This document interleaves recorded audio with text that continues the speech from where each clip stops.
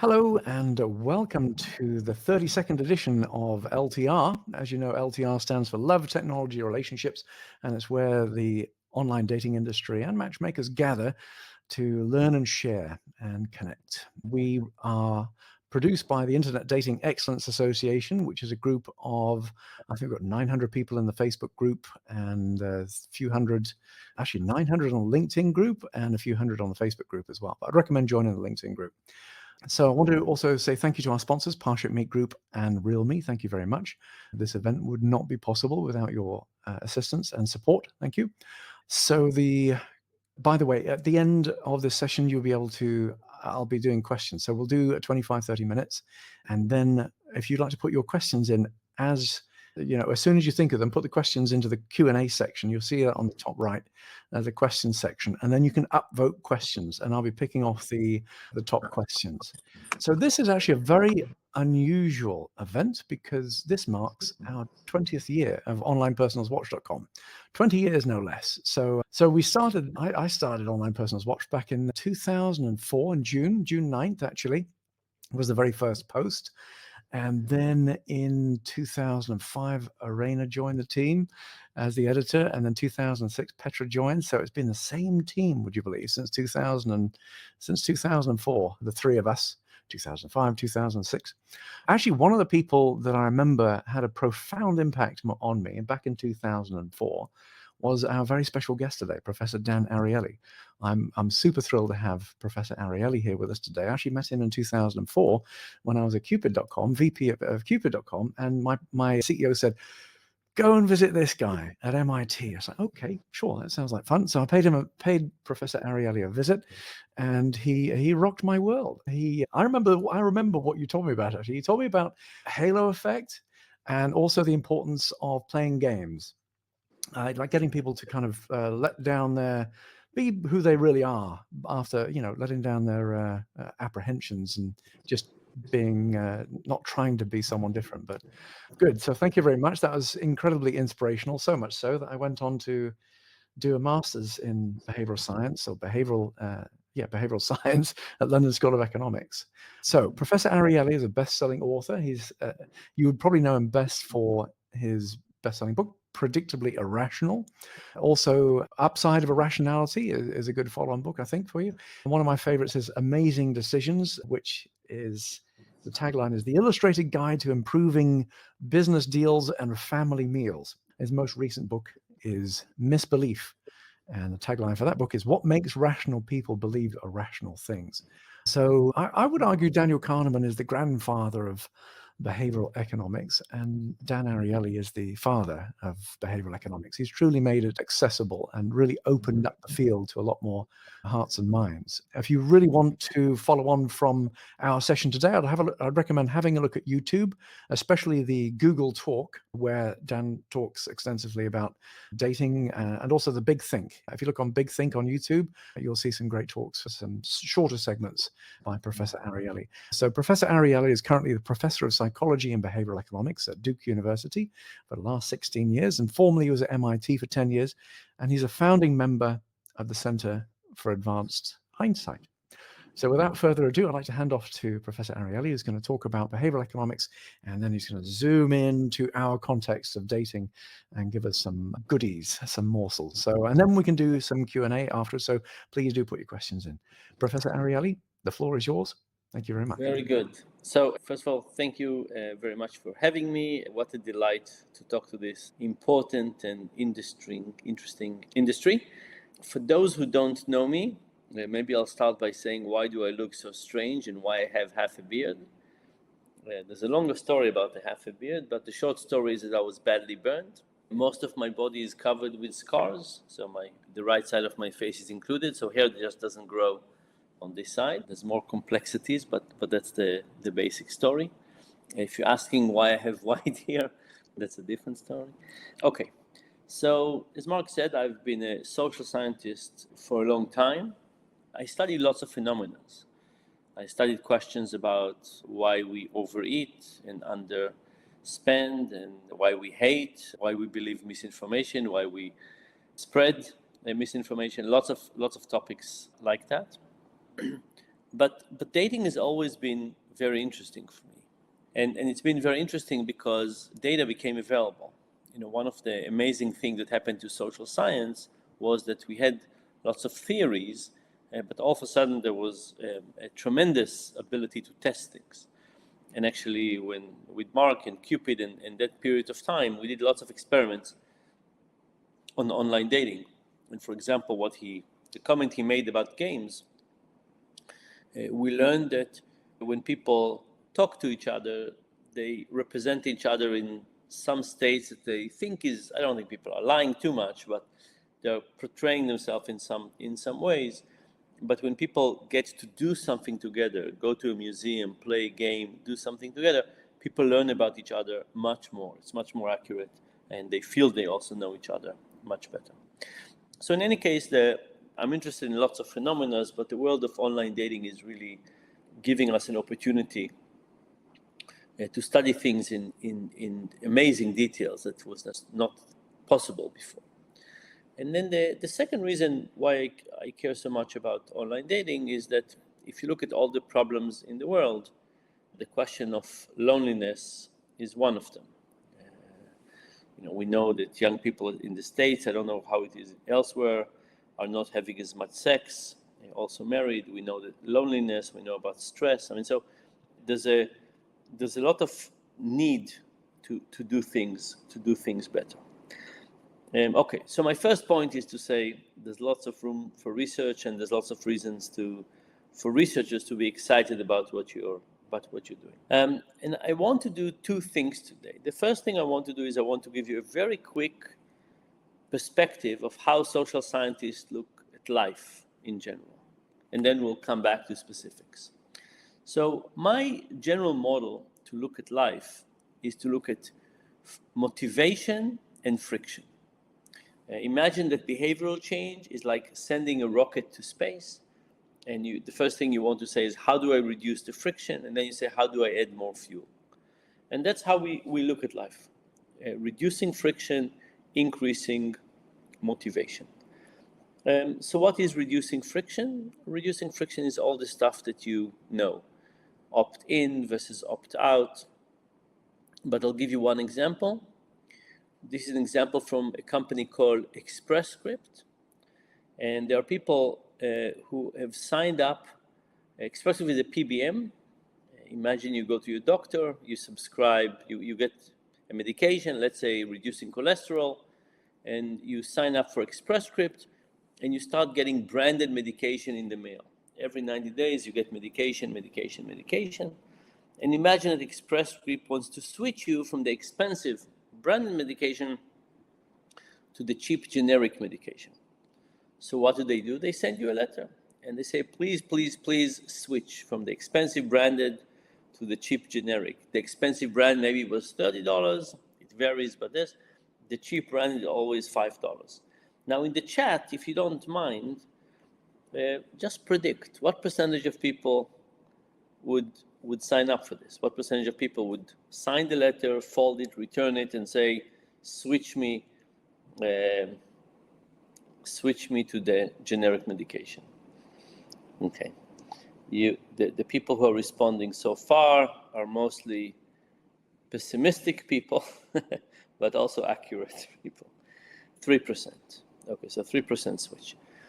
So Express Script said, okay, we have to do something more serious.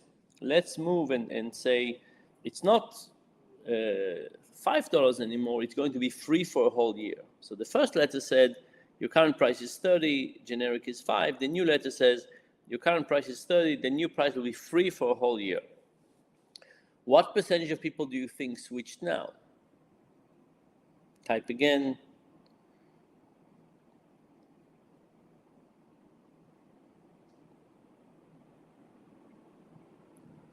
Okay, so it moved from 3% to 10%. You can decide if that's a big move or not. They were not happy with that move. At that point, they came to talk to me, and the first thing I asked them was about friction. And they said, what do you mean? Where's the friction? And I said, think about your system. People start with branded medication. That's what the physician prescribes to them. And they continue doing nothing and stay with branded. For them, to switch to generics, they need to do two things, not one. They need to decide that they prefer generic to branded, but they also need to do something compared to doing nothing. And we all know that people have a huge attraction to doing nothing. So, what is it? Is it people like generics or people hate doing anything? Like, do people love branded or love doing nothing? They hate generic or they hate doing anything? So I proposed to switch the default. I said, send people a letter and tell them that next time you're switching the medication for them automatically to generics. But if they want to stay with branded, then they need to return the letter.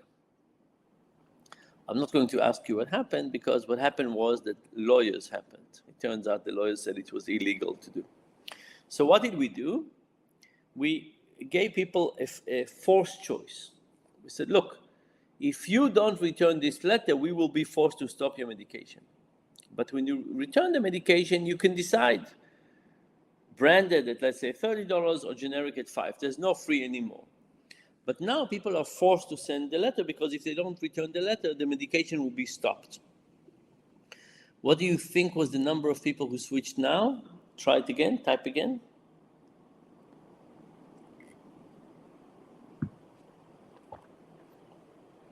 Yeah, slightly more than 80%, absolutely right.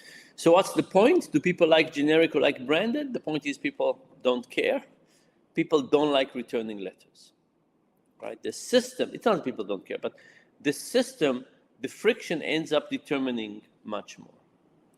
And the reason I'm spending so much time on this example, I have more, but that every time you come to a system, you want to say, what is the ideal behavior? What are people doing now? Is there extra friction that is causing people to do something that they shouldn't, that we should just try to cut it? Because if you design the system, you're also the friction creator. So can we do more? Okay, that's part one. And if you looked at your sign-up flow, and you looked at the process that people go on a daily basis, and you looked at writing, and you looked at anything you do with a very, very careful eye for friction. And you said, let me look at every place there's friction, ask myself, is this friction hurting or helping me? And can I do something about it? Some friction you can't eliminate. The second part is motivation. Here I have many more stories, but I'll give you just one of them. And the reasons I have more stories here is because motivation is fascinating. People run marathons, and people write poetry, and people do all kinds of things. People do startups, people write books, people do all kinds of things that are not really about maximizing momentary happiness.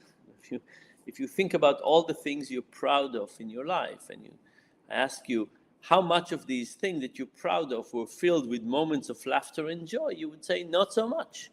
They gave you lots of other motivation. Running marathons are incredibly motivating. They give people a sense of pride and connection to ancient Greece, and they give them a sense of they can achieve something that is basically humanly almost impossible. I mean, they do teamwork. Lots of things are amazing about marathons, but none of them are about daily joy. So the point about motivation part is to think about where else can we draw motivation. Okay, people are not motivated enough to do the right thing. Can we add more to it? Okay. I'll give you one example. Most breadwinners don't feel appreciated by their significant other and by their family. Turns out there's lots of little tricks to get people to feel more motivated, and then people start saving more. They open college savings accounts for their kids, and so on. One example, this was with the large HMO. This was an HMO that refers patients to meet with a specialist. And more than 20% of the people that are referred don't show up. And they don't show up even though there are two text messages that come. One that says, remember, in 5 days you have a meeting with this specialist and this time. If you can't make it, click this link. And then they repeat this 2 days later. And despite those, about 23% of the people don't show up for the meetings, and that's, of course, hard to run a clinic this way. So they asked me if I could help them reduce the no-show rate. So the first thing I said is, what are the tools? What can I do? Can I pay people? Can I charge people? Can I create reputation? They said, no. You can only change a text message. So I tried different things. I said, randomized control trial. Some people said, remember, you really want to be healthy. Other people, I said, remember, your family really wants you to be healthy. Other people, I said, remember, your doctor, Dr. X, really wants you to have this appointment. Remember, Nurse Y is really waiting for you for this appointment. I told them how much the HMO would lose if they don't show up on time. I told them that another patient could use this appointment if they don't show up. So anyway, hundreds of thousands of people, many different conditions. The first thing was that all conditions worked better than the baseline. Why did all conditions work better than the baseline? Because the baseline just reminded them. Didn't add any motivation, and any motivation you add is actually useful. But the one that was the biggest success was the one that said, there's another patient who could use your appointment if you don't need it, right? Which is kind of nice. It was a little disappointing for the HMO to know that people don't care about them losing money, but that was the biggest success. Anyway, very short, this model of friction and motivation, what are we doing in the system that we have, and what can we do differently to reduce friction? And then the second thing is, can we add more motivation? Can we make things more interesting, right? So, we all know about gamification, adding points, but can we do something that is more meaningful in this regard? Okay. So, lots of room for improvement. If you want to talk more, I'm happy to send Mark some links and so on to dive deeper into this if you're interested. But it's mostly about kind of real interface design. How do we reduce friction? How do we add motivation? I want to kind of broaden the picture and make it also more connected to online dating. And the first thing I want to propose is that one of the biggest principles in social science is the finding that people are amateurs. Do people know how to spend their money to maximize their well-being? No. Do people know how to have useful relationships? No. Do people know how to date? No. Do people know how to... Anyway, ask yourself the question about anything, and you'll find out that the answer is no. I'm not saying we know nothing, but we're supposed to deal with this very complex life, and at the end of the day, we don't know much. But the question I want to propose here is, how would we approach differently online dating if we thought that people don't know what is good for them, and if we thought that people don't know how to date? And I'll give you two examples.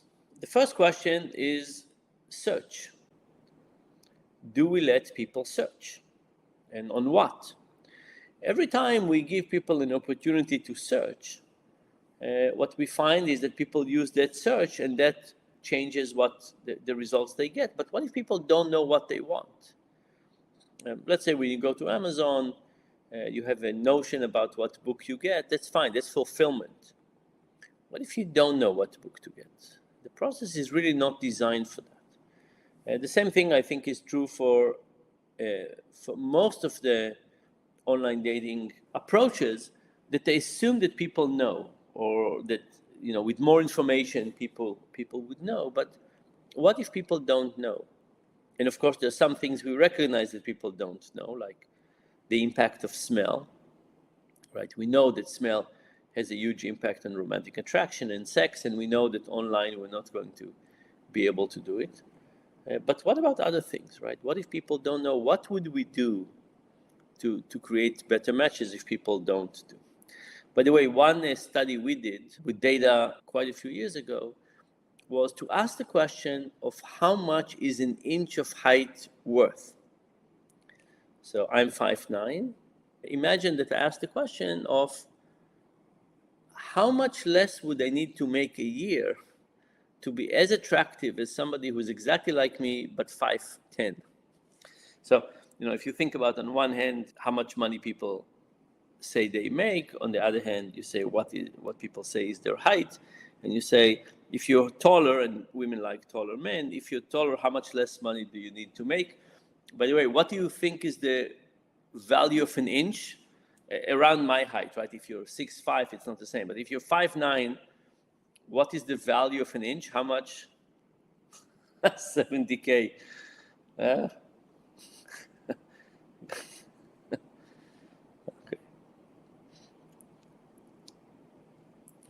So you know what? Now that you're saying all of this, at the time it was about 30, but maybe Hunter is right. Maybe Hunt is right. With inflation and what's happening in the markets, maybe it's higher now. But anyway, and you can ask the question of, are people that superficial, that an inch is worth that much? It's quite a lot. Or you can say, well, maybe it's not just people, maybe it's also the search. Because if I can search on height and I set my search criteria for 5'10", I will never see 5'9" guy. So it's not just about preferences, it's about the intersection of preferences and knowledge. And if people declare something in the search engine, we might be creating it. So ask yourself, let's say it's 50K. Let's just do a correction for inflation and get to 50K. Ask yourself how much of this 50K is a real preference, and how much of this 50K is a preference that came about because of the particular way that search is being done. You say, do you like bald men? If somebody says no, they'll never see bald men. Now it looks like the sensitivity to baldness is infinite, but it's really because it's part of the search. So the first point I wanted to make is, what if people are amateur? What if people don't know what they really want? What does it mean about how we should run an engine? And I think the first thing it means is that we should not trust people. We're not a fulfillment system, because the fulfillment means that people know what they need. It also might be that you want to give people, Spotify. Many years ago, I had a discussion with Spotify, many years ago. And I told them that I think people need a random button because people don't know what music they really like. Okay, there are some songs we like, but that's really narrowing down the issue. What about randomness? What about exposing people to lots of random music? It turns out to be a very important algorithm. They did it in a very special way, but it ends up being important. Not as easy to do random dates for that, but it's important. Thank you for the quote about I would be out of a job. So, me too, by the way. So if we think that people don't know what they want, it means we need to think differently. We need to think differently about search. We need to think differently about helping people write. We need to think about helping people figure out what is the strategy, how many people they need to write, how to manage the relationship, how to end relationships, and so on. Okay. By the way, you've all seen these, 42 questions to fall in love with. There's lots of different versions of those. We created our own version of those. We have a regular version. We have a more romantic version of these. And it turns out that among the things that people don't know what to do is they don't know what to talk about. So you go to an interface with somebody and you say, what do you feel okay asking? And most people don't know how to have this conversation. So we did an online experiment in which we gave people a list of questions. We restricted them. By the way, this experiment, I'm not recommending anybody to repeat it exactly. But the idea is important. We gave people a list of questions to ask. They could only ask from that list of questions. And the questions ended up becoming quite extreme. Illness in the family, mental illness in the family, sexual fantasies, why did you break up from your previous relationship, and so on. And the important thing was that people couldn't ask anything they want. They could only ask from that list of questions. So if I'm with you in an interface and you say, Dan, ask anything, I would ask you questions that you would not feel embarrassed or complex and so on. and our conversation will end up being polite and pleasant, but probably not very meaningful. But if I have a list of questions that are more extreme, and I'm only limited to those, you would not feel bad about me choosing them, because that's the rules of the game. That's what these cards, I'm sure you've all played these things. When you come to dinner and somebody gives the card and say, hey, can you only talk about these topics? All of a sudden you discover that you talk about very, very different things. It's about the human equilibrium that all of a sudden you say people don't know what to talk about. They're not good at it. It's a coordination problem. Let's solve it for people. So when we call it no small talk rules, things get much better. My observation is that friendship is much higher, connections are much higher, people want to continue talking for much long relationship. You let people talk about whatever they want, it ends up not being very interesting. Okay, so we said the first principle is that let's embrace the amateur notion, and let's embrace the notion that we are not a fulfillment center, but we are helping people figure things out. The next thing is that people are hyperbolic discounters. What is hyperbolic discounters? It means that we look at the short term, not in the long term. So, the standard example, you ask people, what do you prefer? A half a box of chocolate now or a full box of chocolate in a week? Half now, full in a week, amazing chocolate, Belgian, and so on. People say, give me the half a box of chocolate now. And then you say, what do you prefer? Half a box of chocolate in a year or a full box of chocolate in a year and a week? People say, I'm easily going to wait another week for another half a box of chocolate. The problem is that right now we just don't feel like delaying gratification. When things are close to us, we think very differently. When we think about the chocolate in the future, or if I say, what would you like right now? French fries or salad? People say, give me the French fries. What would you like in a year? Give me the salad. Right? So right now we're not very patient, but in the future we are very, very patient. So that's the issue. So what does it mean in online dating? Online dating, it means that people are focusing on the here and now. They're focusing on the immediate goal. The dilemma this is creating for online dating approaches is that eventually it's a long term. Even, by the way, even a hookup in 2 weeks is a long term. But let's say we want a long-term relationship. We want dating for a while. We want a relationship that would start in 2 weeks. There's a lot of things that we want that are not about now, they're about the long term. But a lot of the activity is about short term. I want to write, I want to see, I want to get feedback, I want to move process. And if we try to maximize the short term, we don't necessarily get to the long term. For example, if people are trying to get to a date, imagine that dating is like a chess game. And you basically say, eventually I want, let's just somebody wants, if you're focusing on the short term, and you say, I just want a woman who would respond to me now. And then you say, I just want this woman who just responded to me to agree to go out with me really soon, and so on. You're not thinking long term, and you're not necessarily maximizing the long term. For example, I think that a lot of the types of discussions that people have, the kind of text people share with each other, is about short-term maximization and not long-term maximization. So if a chess player is thinking about what is the one next step, but that doesn't maximize chess, it just maximizes the next step. The next point I want to make is, what if we don't know how to manage multiple options? And multiple options, it's happening, of course, when we have discussions online with multiple people, and also when dating happens with multiple people.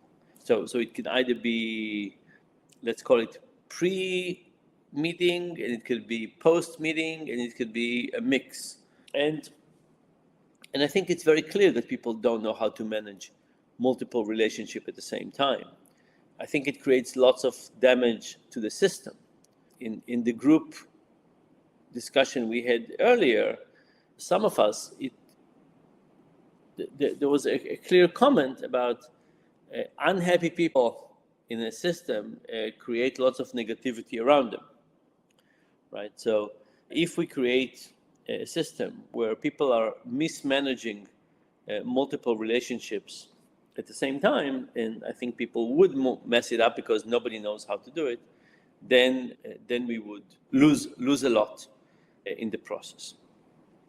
So in short, these are the thoughts I want you to have. What if people are amateurs? What if we don't know what we want? Or what if we don't know what we need? What if people are hyperbolic discounters? We think too short term rather than long term. And what if we don't know how to manage multiple options? How will that look like? I'll give you one example for an experiment we did a long time ago. We called it virtual roses. And we said, okay, in this platform, people can send messages to lots of people. But what if people don't know how to manage multiple relationships? This is just on the online part. What if we limited people? Now, we were uncomfortable limiting people with messages. We were uncomfortable saying, oh, you can only send 3 messages a week. So we said, you can message as many people as you want, but you have a limited number of virtual roses. And you decide how many people to send these virtual roses to. So it's an extra message. And the people who are getting it know the limitation and they know how much you can send. And what happened is that people wrote much better. People wrote much better. You know, if you have a scarcity, it doesn't solve the problem. But if you have a scarcity of some sort, you're starting to think more about the scarcity, starting to manage it much better, and good outcomes emerged. It doesn't solve the problem of managing multiple relationships. There's more things to do, but it gives you an example of how to start with it. Let me summarize with the following. If you think about the amazing human progress in the last 200-300 years, most of our progress has been done in the physical world. We have lights and airplanes, and Superman could fly, we couldn't. We have airplanes. Superman could run very fast, we couldn't. We have motorcycles and bikes. We can be in the cold, we can be in the heat, we can be in dark places. And none of this has happened by people saying, okay, just change how you are. Nobody said, oh, be cold resistant. We basically surrounded ourselves with technology that makes us Superman-like in our physical ability. We could withstand cold and heat and cover great distances and so on. And in the same process that we made all these tremendous advances, we also made life much more interesting, much more complex, and much longer. And now we have new ways that have taxed our cognitive system. And dating is one of them. I mean, it's like the essence of human relationship has become so complex.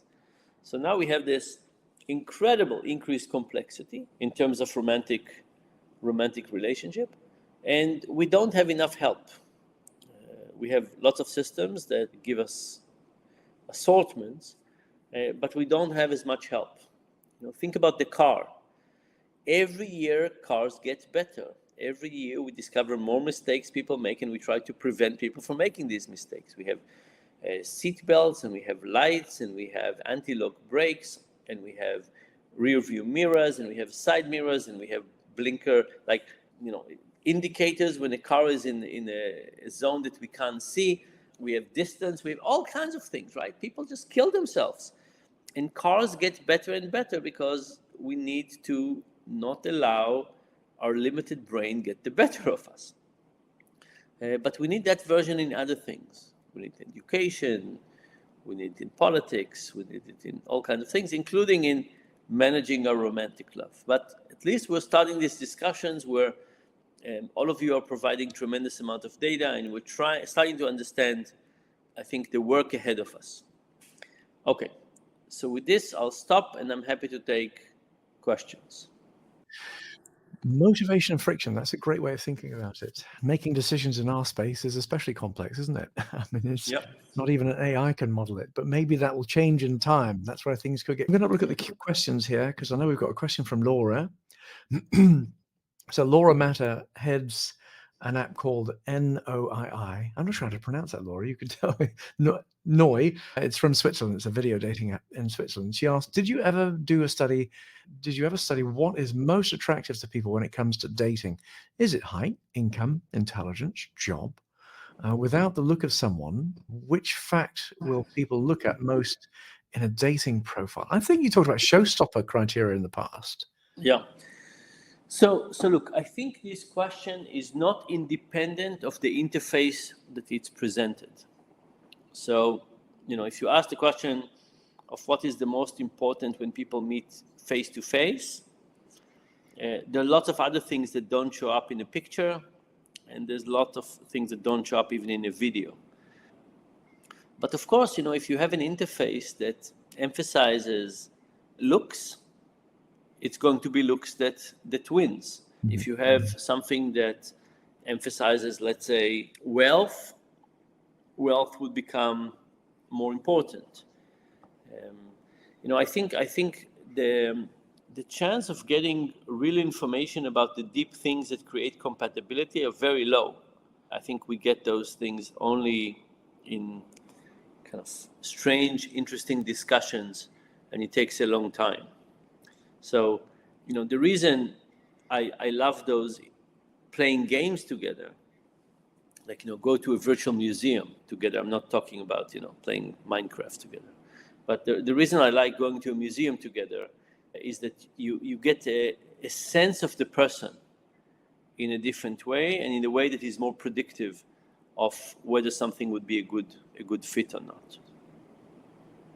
Gotcha. Also, how that person interacts with other people is a good leading indicator. Fantastic. Yeah. Yeah. Let's see. I'll ask one more question. We've got Scott. Scott is the CEO of Vida Matchmaking. And this service rides on other online dating companies, by the way. It's a very interesting model. So Scott asked, the founder of Bumble recently envisioned a future where your AI dating concierge interacts with other AI concierges to find the best matches. Instead of talking to hundreds, it would scan your area and recommend a few people to meet. Any thoughts on that? So look, there's a part of dating that is constraints. Who is free, who is not free, who is in the area, who is not in the area, who is smoking, and some of our criteria are also clear criteria, religion for some people. So I think there's lots of activities around that. But if you think about understanding deep connections, I don't see that yet. And I'll tell you why. Our AI models right now, like the LLMs, are statistical models, right? And they're doing an amazing job, and it's just shocking how well it is. But most of the modeling that we want are modelings that are learning from outcome, not statistically, right? So, I meet woman X, I like it. I meet woman Y, I don't like it. So it's a criteria dependent modeling, and in a criteria dependent modeling, like language, you take my books, you put it in. It turns out the voice that comes out of it for new things is kind of like me, and I could say, okay, how do you write this in my voice? But when you try to do things, you try to learn not from a big body of things statistically that have relationship between them, but you say it's outcome dependent. I want to see from the women I dated which one I liked and which one I didn't like. Even though I had a really fun period, the numbers are too small. The numbers are too small to create a good model. So I don't think I think we'll do some of the job well, but I don't think it will end up being sufficient. But it could reduce the constraint. It could reduce some of the complexity. The other thing that I think would be really nice, and this was somebody in our break room before that mentioned it, is to have AI mediated discussions. So I saw this in a therapy session where you have two people meeting and being the patient and the therapist, and there's an AI moderating that says, okay, now you have 3 minutes, here are the things I want you to talk about. Now you have 3 minutes, I want you to talk about. The AI creates the commitment and the time and the structure and so on. That one I think could be amazing to accelerate getting to know you, and also make sure that people are kind of talking about the things they should be talking about. Gotcha. I guess there's one more. Konstantin Tillman from Parship Meet Group asked, do you agree that, especially in dating, there's a difference between A, what people want, B, what people think they want, C, what people voice they want, and D, actual behavior? Most importantly, which one should we focus on to truly help? So what people want, what people think they want, what people voice they want, and the actual behavior observed. Yeah, so none of the above. I think it should be what people really need. So I think, again, go back to this notion of amateurs and say, okay, so people say what they want. Where do they get these ideas from? Like we said, AI cannot really tell, but it's very hard for us to tell.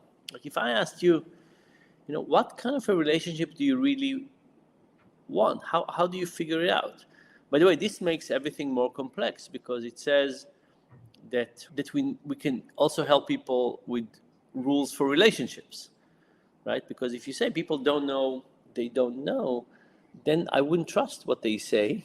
We're not a fulfillment center. And of course, the way they behave is not necessarily what they really want. Take bickering, for example. People end up bickering. I mean, that's later on in the relationship, but people end up bickering so much. Why are people doing this? How did we get there? Nobody wants it. It's not for a good reason, and so on. So I think we need to basically ask the question of what is a good relationship for a person? Forget what they say. What's a good relationship for a person? And then work from there. Much harder, by the way. Much harder than somebody saying, I want somebody who is, brunette with short hair, who is at least 5'2". So I guess a quick final question I want to ask you, how can people work with you? How can people work with academics in general? How can they light your fire and serve your needs in terms of getting the ability to, giving you survey ability? We've got lots of people. We want to give you survey ability, but what's that look like? What's the ideal scenario?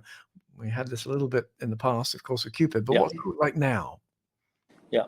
So I think there's kind of three ways of collaborating. One is data. You have tons of data. Lots of people are interested in data.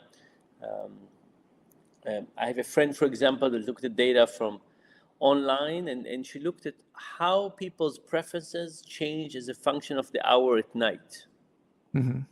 Fascinating question. Yeah. She looked at it from one of the apps where people also move around the city, so you could also know location. So it was a combination of that. So there's one question, which is data. If you're willing to share data and say, under certain conditions, you can work on it and publish it. And by the way, your name never has to be mentioned and so on. But that's one. The second is surveys. Let's do surveys together.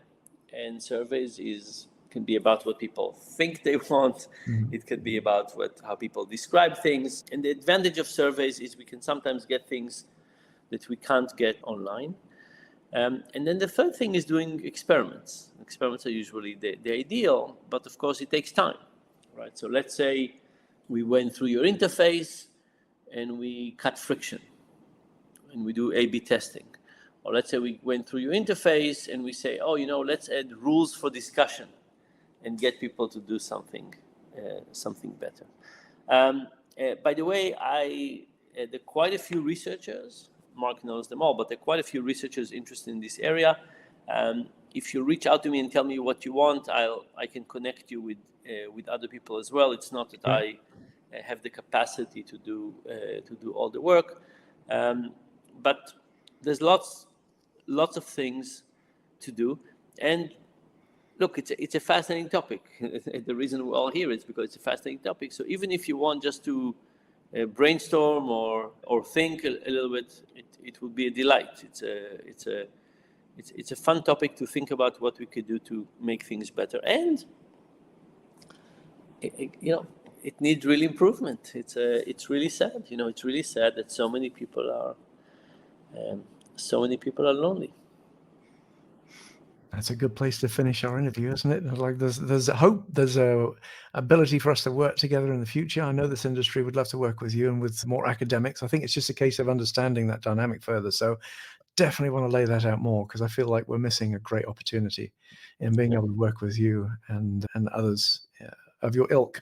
So thank you very much for your time today, Professor Dan Ariely. We appreciate your time no end. Please, we'd love to see you again. Let's do this again at some point. Oh, we're getting hearts. I didn't know we did hearts. That's great. That's impressive. We've never had hearts before, Okay. Stuff. Maybe Thank it's a you very new much. feature. By the way, here's a good design element, right? Look how Yes, much happiness. exactly. Take Thank you care. very much.